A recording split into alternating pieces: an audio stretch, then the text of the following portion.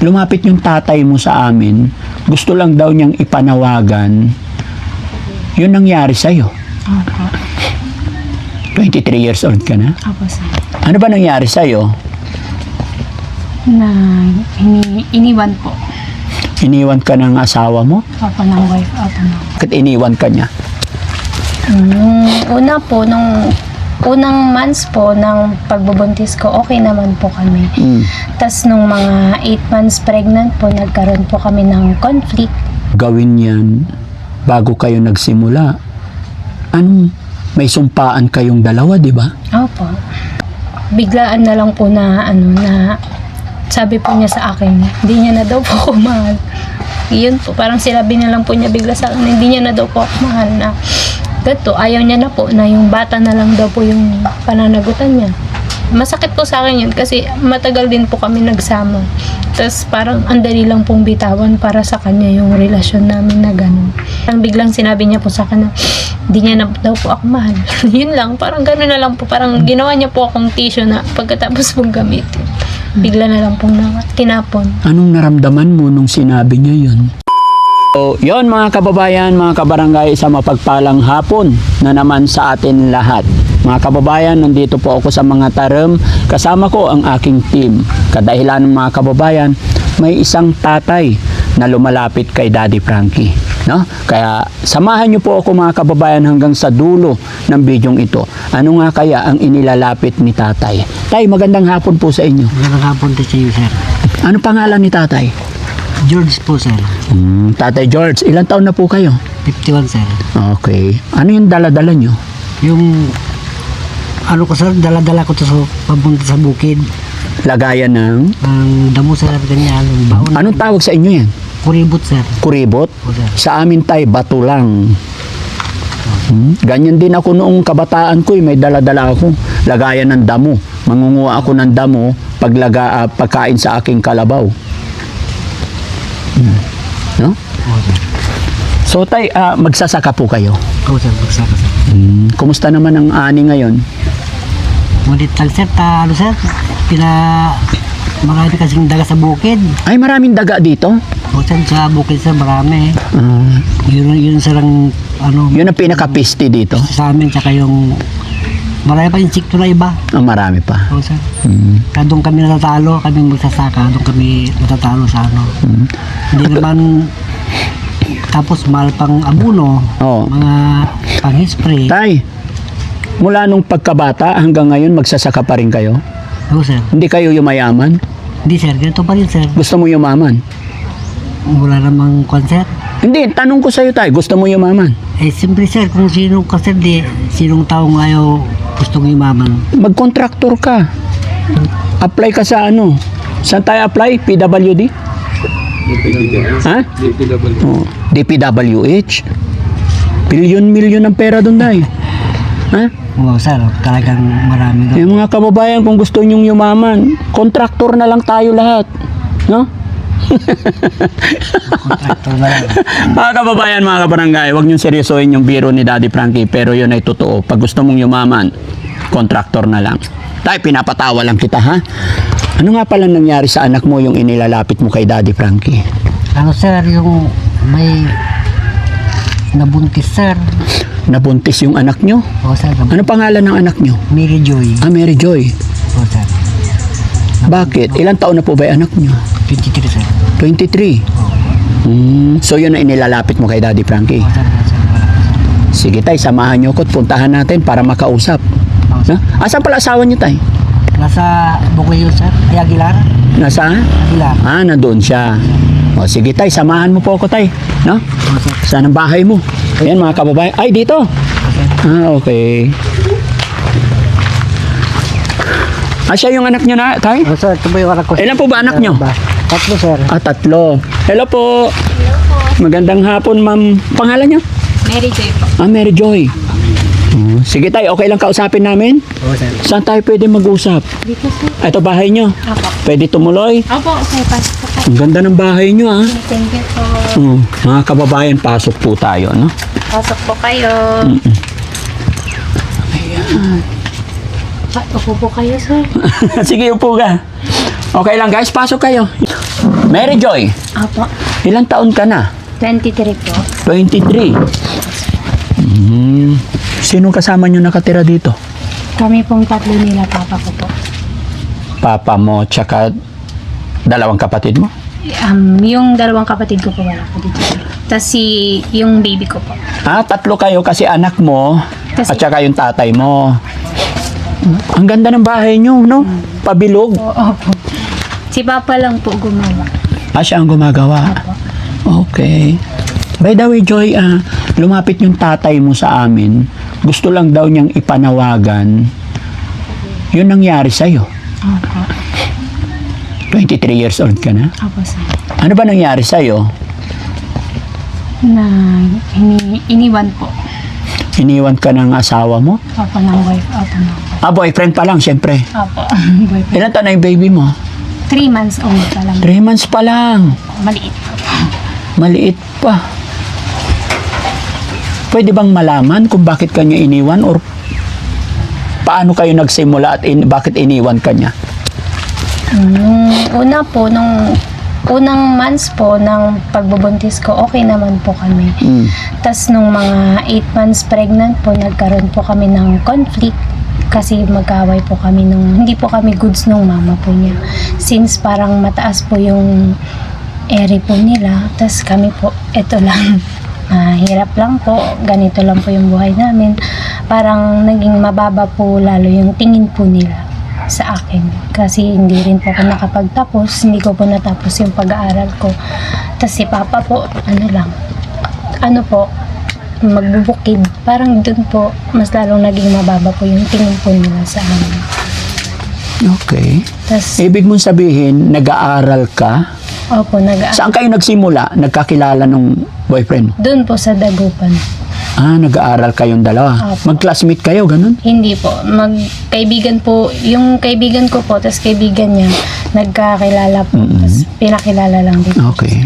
Opo. Ayun. Since then, nagkaligawan kayo. Opo. Tas nabuo po yung baby po namin. So, ibig sabihin, nagligawan kayo, kayong dalawa lang. Opo. Hanggang sa nabuo, dalawa lang kayo. Opo. Bakit unang problema sinasabi mo, yung biyanan? Kasi po, parang, nung una po, mabait naman po yung mama po niya sa akin. Tapos nung nabuntis po ako, parang, naging biglang ayaw niya na po sa akin. Siguro po kasi, parang naging harang po ako sa pangarap po ng anak niya.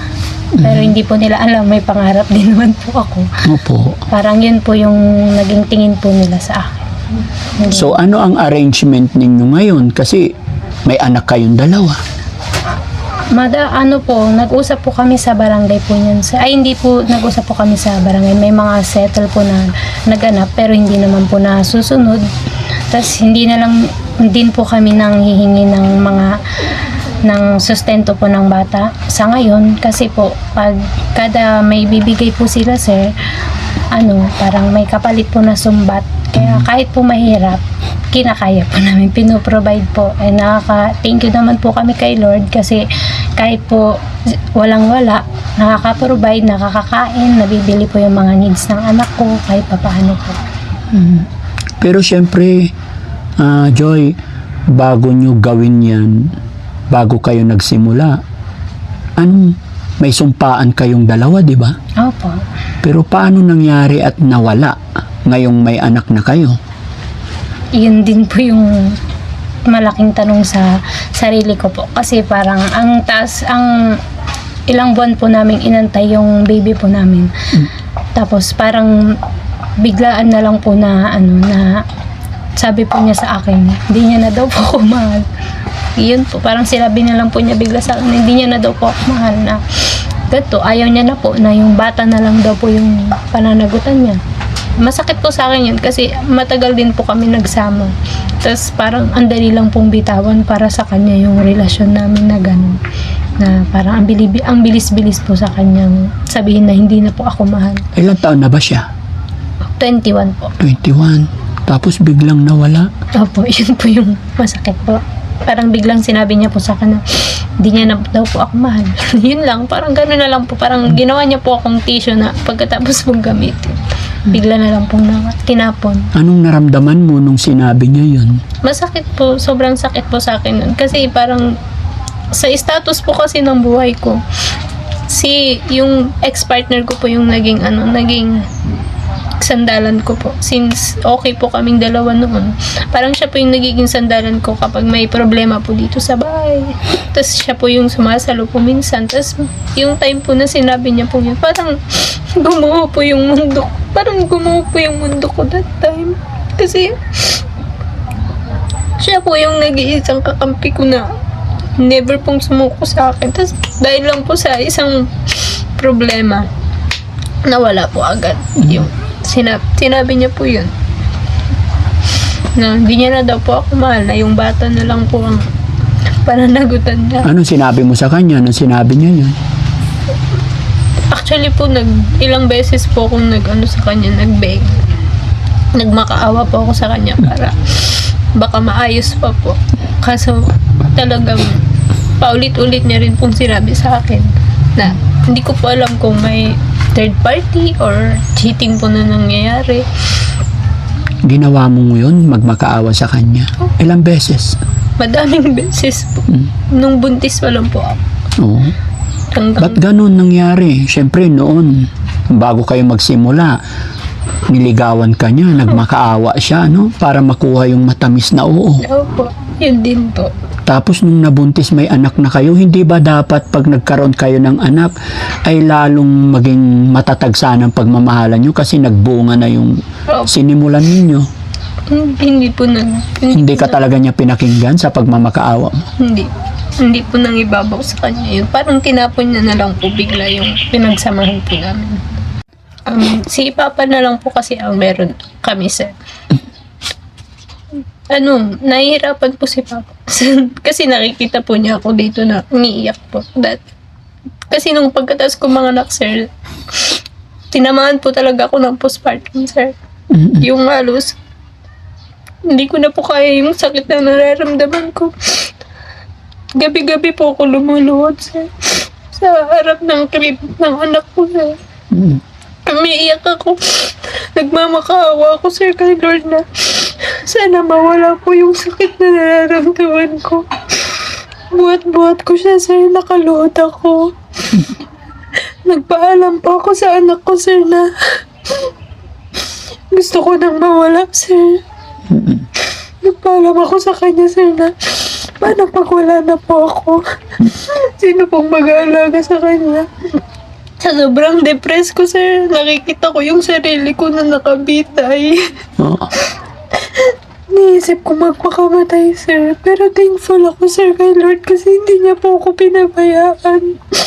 Hindi niya po ako pinabayaan na ipagpatuloy kung ano man po yung gusto kong gawin. Nahirapan po si Papa ko, sir, pero nilalaban po niya para po sa amin ang apo niya. Kasi kami po yung nagiging pahinga ng Papa ko. Kaya sobrang thankful ako, sir, kasi binigyan po ako ng isang tatay na wala pong sumbat. Kahit nahihirapan po, sige lang po, patuloy po nagtatrabaho para mabigay lang po yung mga needs namin. Thank you ako, sir, kasi simula nung bata ako, sir, si Papa po nag-alaga. Hanggang sa magkabibi po ako, si Papa pa rin po yung nandyan. Thankful ako, sir, kasi nandyan si Papa. Kaawa naman yung sitwasyon mo. Pero tama yung sinabi mo. Paano na yung anak mo kung nawala ka? Opo, sir. Kung ano man ang pinagdadaanan ninyo ng asawa mo, ng ex mo, walang kinalaman yung anak nyo. Kaya hanggat nandyan ka, magpakatatag ka para sa anak mo. Opo, sir. Tandaan mo to, kapatid, anak. Kung nahihirapan ka ngayon sa sitwasyon mo, nahihirapan ka ngayon sa anak mo, baka bukas makalawa, paglaki ng anak mo, siya naman ang ginhawa mo. Kaya wag na wag kang susuko, alang-alang sa iyong anak. Tignan mo na lang kung gaano ka kamahal ng iyong ina, ay ng iyong tatay. Ganon din sanang gawin mo pagmamahal sa iyong anak. Mahirap lumaki ang bata na walang ina. pinabayaan ka man ng iyong partner, hindi ko sasabihin asawa kasi iniwan ka eh. Opo. Iniwan ka man niya, magpakatatag ka, ipag-pray mo na lang siya. Sana mapag-isip pa siya ng tama. Opo. Diba? Hindi pa naman siguro huli ang lahat, lalo na pag nakita niya yung anak niya. Hindi pa ba niya pinupuntahan yung anak niya? Hindi pa. Kahit minsan di pa niya nakita? Nakita niya po sir nung nanganak po ako. Pinuntahan ka niya? Ano sabi niya nung nanganak ka? Masaya naman po siya sir. Yun lang po. Yun lang sir. Masaya naman po. Joy, naka-video ako. I-upload namin ito. Ano ang mensahe mo sa iyong partner after all ng ginagawa niya sa iyo? Dahil ginawa niyo to sa inyong dalawa eh. Naging masaya kayong dalawa. Pero ngayon bakit? Nung hirap na, bigla kang iiwanan. Ano mensahe mo sa kanya? Sana pag ready ka nang balikan kami mag-ina, sana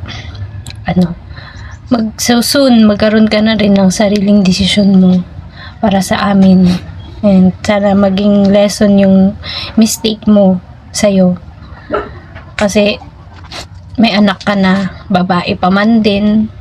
Sana lang yung mga ginagawa mo, maging masaya ka at huwag mong pagsisihan. Iyaan mo, kahit mahirap yung buhay, lalaban ko tong anak ko. Very good. Para sa kanya. Yun lang, sana masaya ka. May tanong ako. Pwede mong sagutin, pwedeng hindi. Sige. Mahal mo pa rin ba siya? Sa ngayon, sir, parang siguro, sir, nakikita ko pong parang hindi na rin. Para sa akin, sir, hindi na. Kasi lahat po ng pinagdaanan ko, sir, ginawa ko pong motivation yun, sir, eh. Para makalimutan po yung kung ano yung man yung nararamdaman ko sa kanya. Kasi, sir, gusto ko pong makita siya isang araw.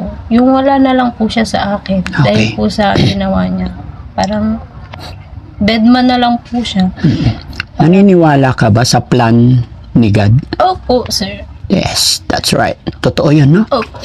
Alam mo kung bakit nangyayari sa buhay natin minsan yung mga ganito, kahit sabihin nating ayaw natin. Minsan, nagpipray tayo sa isang bagay na gusto natin. Pinagpipray natin na makamit natin to. Pero bakit may binibigay siya na hindi natin gusto? Di ba?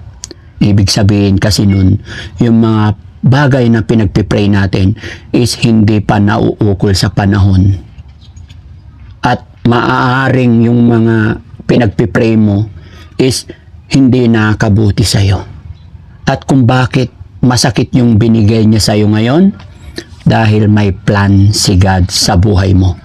Maaaring tinuturuan ka niya or binibigyan ka niya ng leksyon para maging mas matatag ka at ma-manage mo yung plan ni God na ibibigay sa'yo. Gusto niya maging mas matibay ka pag umabot ka na sa puntong ipagkakaloob niya. Kaya nangyayari yung mga buhay natin na ganito. Kaya kung ano man meron pinagdadaanan tayo, wag natin sumbatan si God, but cause magpatuloy tayo magtiwala kay God. Yes. Okay? Opo. Okay. Bakit mo naman nasabi sa akin na magkaroon siya ng sarili niyang desisyon doon sa asawa, partner mo?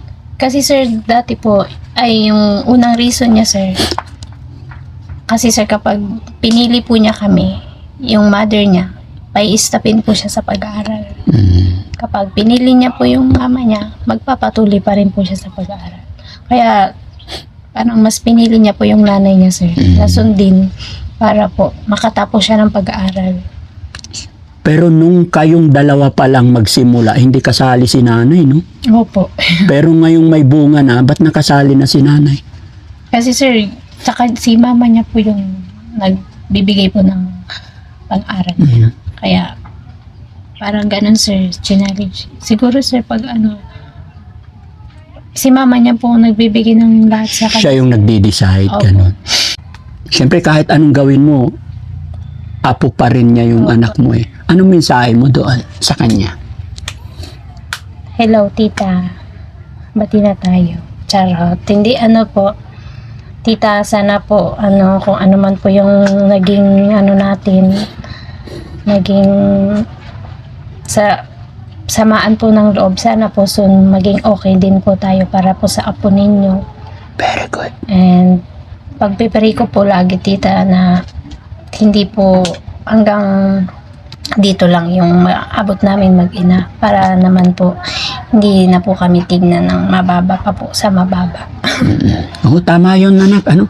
Lagi ka magpakumbaba. Opo. Tandaan mo, ang nagpapakababa ay siyang Siya po. itinataas ni God. Opo.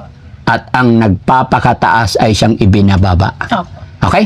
Salamat at naikwento mo sa akin ang buhay mo, at salamat din ako sa iyong tatay dahil napakabait, mapagmahal bilang ama mo. No? Bibigyan kita ng panggatas ng anak mo, ha? Okay. Thank you so much po. Walang anuman, no? Frankie, ginawa ka pong instrument ni Lord para... Ginawa ka pong instrument ni Lord, Sir Frankie, para maano po yung baby ko. Nagagatas ba siya? Breastfeed, ano? Ano po, sir. Oo. Nagpo-formula po siya minsan kasi hindi po siya masatisfied po sa Oo. bed. Kain ka ng mga more on gulay, ha? Opo. Loobin ng Panginoon na makabalik ako rito. Opo. Gaya na sinabi ko, laban lang, magpakatataga. Thank you. Pagpasensyaan mo na to 5,000, ha? Okay po, Sir Frankie. Thank you so much po, sir. Thank you so much po, sir, na marami. Walang anuman. Pasalamatan lang natin lagi ang Panginoon Opo. bawat blessing na dumarating sa atin. Okay? So, Joy, sabi mo, nabuntis ka nung nag-aaral ka. Hindi ko sinasabing naging masama ka or what. Lahat tayo may kanya-kanyang kapalaran. Pero gusto ko sanang hilingin sa'yo ng iyong mensahe sa mga kapwa mo pa estudyante. Nakapulutan nila ng aral na makita nila yung nangyari sa'yo para hindi nila pamarisan. Ano yung mensahe mo sa mga estudyante natin? Yung mga nagka-college? Sa mga kapwa ko pong student yan, na may mga, kung may mga boyfriend man po kayo or ano man po na something, lagi nyo pong isipin yung magulang nyo bago po kayo gumawa ng isang bagay na pagsisisihan nyo po. And be careful po sa mga pagpili po ng partner. And sana po maging wise po tayo sa pagpili ng lalaki. Kasi sa mga lalaki po, wala pong mawawala. Sa ating mga babae, malaki po yung mawawala. Yun po. And habang may nagpapaaral po, mag-aral po tayo ng mag-aral. Masarap po ang mag-aral. Yun lang po. Mahirap mag-alaga sa bahay lang, no? Opo, mahirap pong mag-alaga ng bata, pero masarap naman po sa pakiramdam. Pero may tamang panahon para magkaroon ng baby. Opo, Better kung napagtapos na ng pag-aaral, di ba? opo, Para mas mabigyan natin sila ng magandang future. Okay? Dahil yun ang pangarap sa atin ng ating mga magulang. Pero pangit naman na hindi pa tayo tapos, may apo na. Opo. Andoon na tayo talaga kasi ang baby talagang anghel yan. Ginawa ng Panginoon na anghel yan sa bawat mata ng tao. Kahit hindi mo kaano-ano yan, mga kababayan, yung baby nakita mo, may hypnotize ka, andyan yung pagmamahal natin. Kaya nga sila tinatawag na anghel. Dahil wala silang kaalam-alam, wala silang kamuang-muang. Di ba? Pero ang pinag-uusapan natin dito is yung pag-aaral, yung future. Ma'am Joy, nice meeting you. Sana makabalik si Daddy Frankie. Opo, sir. Thank you so much. Thank you so much, sir. Bye-bye. Laban lang. Thank you Ha? po. Laban lang po. Okay po. So, yun mga kababayan, mga kabarangay. Maraming salamat po. At sana po sa paglalahad namin ng kwento ng buhay ni Ma'am Joy ay maging aral po sa ating mga anak. Sa mga nag-aaral pa, ayon sa kanya, pakaingatan natin bawat desisyon natin. Piliin natin yung pagkakatiwalaan natin. Dahil mga lalaki talaga magagaling mambola. Makuha ang lahat, sasabihin lang ang lahat, makuha yung ninanais. Although hindi naman lahat, mga kababayan, marami na rin nangyaring ganyan, pero pagdating sa dulo, pinapanagutan at nagpapakalalaki. Kaya lang mag-ingat po tayo, ayon kay Ma'am Joy, dahil may mga hindi nagpapakatatay. Nagpakalalaki lang sa umpisa, at hindi na nagpaka-tatay. So ayan mga kababayan, mga kamarangay, maraming salamat po. At ako po si Daddy Frankie, anak ng Pangasinan. Masasabi ko sa inyo, love you. Mahal ko po kayong lahat. At syempre mga kababayan, ako'y magpapaalala lang po, baka may hindi pa nakasubscribe sa aking YouTube channel, Daddy Frankie po. At may premiere po kami tuwing 7:08 ng gabi. Para lubos ninyo po akong makilala at lubos ninyong makita kung ano yung programang ginagawa namin. Panoorin nyo po tuwing 7:08 ng gabi. Ganon din, supportahan nyo rin po ang YouTube channel ng aking paboritong asawa, si Aling Rochelle Vlog. Baka hindi pa kayo nakasubscribe. Puntahan nyo po mga kababayan. Makita nyo rin po yung kalagayan ng paborito kong asawa. Maganda po yun mga kababayan, promise. Maraming salamat. God bless po. Love you all po. Bye-bye. Lobat ka na ulit? Oo, may paano. Tapos ka na? Ang bilis mo naman kasayaw.